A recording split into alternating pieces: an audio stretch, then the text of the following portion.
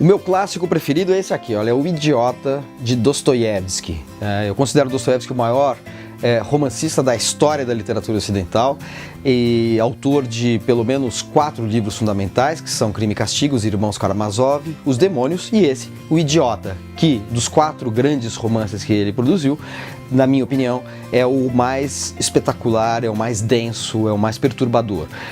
O Idiota é um livro que narra a história de uma personagem muito frágil chamado Mishkin, é um príncipe Mishkin, né? Príncipe não no sentido de uma grande nobreza, mas dentro das hierarquias sociais russas era comum ter títulos de nobreza, assim, mesmo sendo uma pessoa de poucos recursos. Ele é uma pessoa muito perturbada, epilético, morou um tempo na Suíça, onde foi educado e cresceu, e volta para a Rússia como se fosse uma espécie de bom selvagem, digamos assim, né? Uma pessoa que tem uma ingenuidade, uma abertura. E a partir dos encontros que ele vai tendo, sobretudo com 2 personagens, que são Nastassia Filipovna e Rogojin, e que acabam formando com ele uma espécie de triângulo amoroso, não no sentido erótico do termo, mas no sentido das paixões e das relações de influência e das tensões, ele vai, a partir destas personagens que ele encontra pela Rússia no seu retorno da Europa, do Ocidente, ele vai desvendar todo um universo mental muito carregado, muito passional, em que as ideias são sempre reivindicadas como questões vitais. São personagens que defendem ideias e defendem pontos de vista como se estivessem defendendo um tesouro ou uma pessoa, porque na verdade o Dostoiévski é o grande escritor que incorporou as ideias, o pensamento como uma das paixões humanas. E isso eu acho que é muito moderno dentro de um escritor do século XIX, que arremata o realismo e lança as bases da prosa moderna. Isso é muito moderno, porque ele, não apenas na forma, mas também nesta maneira de entender a psique humana,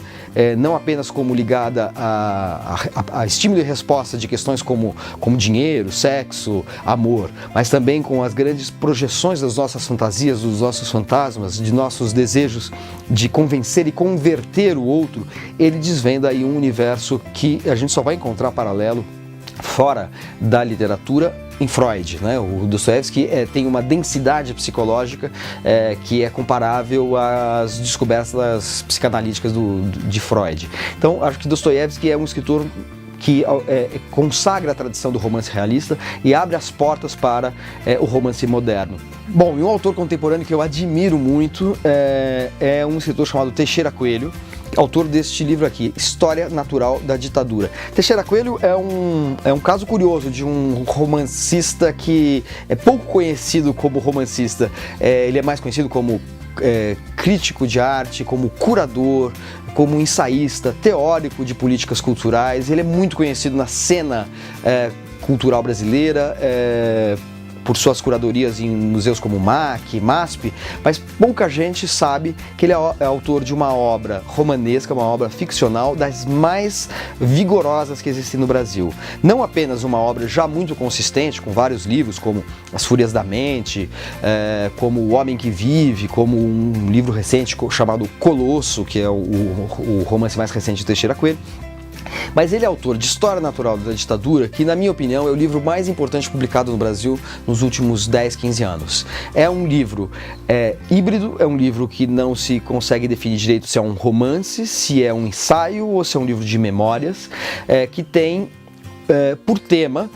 alguns momentos traumáticos da história recente do Brasil e do mundo. É um livro que começa falando da Segunda Guerra Mundial, depois fala da ditadura argentina, depois fala da ditadura no Brasil. Mas não fala à maneira de um romance histórico. Fala a partir de uma experiência do tempo presente, a partir das cicatrizes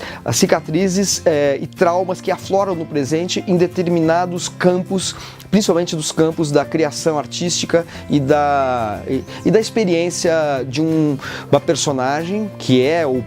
pode ser ou pode não ser Teixeira Coelho, o narrador, que é uma personagem que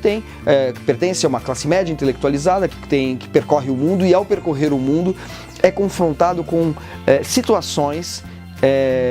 lugares que remetem aos traumas mais profundos da história recente da humanidade e do Brasil. Então é muito interessante a maneira como o Teixeira Coelho fala da experiência totalitária no século XX, desde a Segunda Guerra Mundial até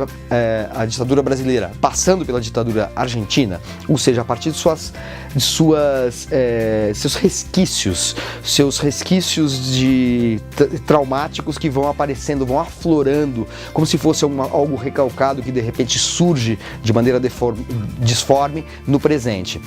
E ele usa um recurso muito interessante, que é um recurso que já foi utilizado por um escritor chamado Sebald, que é um escritor alemão contemporâneo, que é o uso de fotografias. Essas fotografias aqui, por exemplo, quando ele visita o monumento a Walter Benjamin, as fotografias, ele fez fotografias junto com o fotógrafo que o acompanha, e essas fotografias pontuam o texto, são elementos expressivos do texto. Não são fotografias que ilustram o que está sendo dito no texto. Não, elas entram como um elemento, mais um recurso expressivo, nesse caso um recurso visual. Recurso muito curioso, porque a fotografia não está lá para tornar mais presente aquilo que se quer lembrar, mas para mostrar que quanto mais você se aproxima de uma experiência traumática, como é o caso da experiência de um judeu que se suicidou na Segunda Guerra, ou da experiência dos desaparecimentos políticos na Argentina, quanto mais você tenta cavocar essa memória, ser mais minucioso em relação ao resgate desse passado, mais o passado parece resistir a você e se tornar opaco. Então as fotografias que ele coloca sobre todos esses eventos narrados são fotografias que deveriam nos aproximar do evento narrado, presentificá-los mais e, no entanto, tornam esses eventos mais distantes, mais opacos. Então existe um efeito contrário de linguagem, tanto no texto quanto na fotografia. Quanto mais você fala, quanto mais você descreve, quanto mais você fotografa, retrata, mais o objeto te escapa, porque o objeto que é o traumático, que é o objeto, a matéria-prima deste romance, que são os traumas históricos, este objeto traumático, ele fica numa zona, ele fica cercado por uma espécie de círculo de fogo que não permite que você entre em contato com ele sem se queimar. Então, na verdade, o romance é toda uma tentativa de aproximação desse núcleo negro da existência e da experiência histórica. Esse romance é absolutamente marcante, é um romance que é bastante híbrido em relação à forma, e por isso ele é enigmático, e por isso ele é um momento de renovação do romance brasileiro, das possibilidades de criação ficcional dentro da literatura brasileira. E eu acho que é um livro que tem uma importância muito grande no nosso cenário, no cenário da produção literária brasileira, e eu acho que no futuro talvez venha a ter também, em âmbito internacional, uma importância bastante grande, o História Natural da Ditadura de Teixeira Coelho.